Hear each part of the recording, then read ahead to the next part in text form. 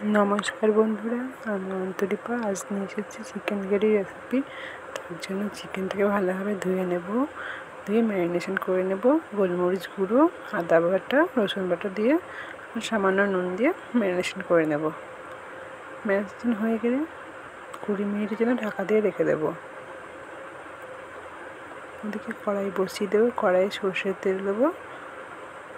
একটু বড় বড় করে কুচনো পেঁয়াজ, আদা, রসুন, টমেটো নেড়ে চেড়ে ঢাকা দিয়ে দেবো। 2 মিনিটের জন্য ঢাকা দিয়ে একটু ভেজে নেব।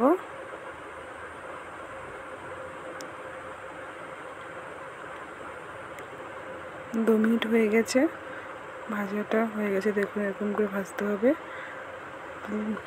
এবার তুলে শিলে বেটে নেব। বাটা হয়ে গেছে। এবার ওই তেলে অল্প সামান্য তেল দিয়ে দেবো গোটা জিরে, তেজপাতা, শুকনো লঙ্কা। এরপর দেবো কুচনো পেঁয়াজ। পেঁয়াজটাকে একটু ভাজবো। ভাজা হয়ে গেলে দিয়ে দেবো নুন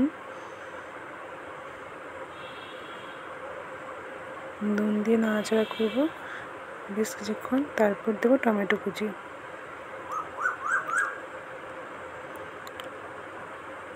দেখুন, ভালোভাবে ভাজা হয়ে গেছে। এবার দেবো সেই বাটা মশলাটা দিয়ে ভালোভাবে নেড়েচেড়ে একটু কষে নেব। তারপর দিয়ে দেবো কাশ্মীরি মির্চ গুঁড়ো, জিরে গুঁড়ো, ধনে গুঁড়ো দিয়ে একটু নেড়ে নেব। নিয়ে দিয়ে দেবো হলুদ গুঁড়ো।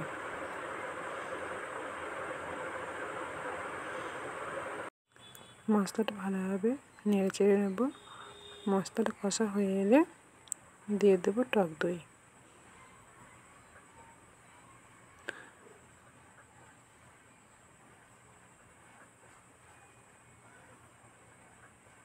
এবার ভালোভাবে মশলাটা কষিয়ে নেব। আর একটু টক দই দেওয়ার পর দেখুন কষা হয়ে গেছে। এবার দিয়ে দেবে ম্যারিনেট করা চিকেন দিয়ে ভালোভাবে নাড়াচাড়া করে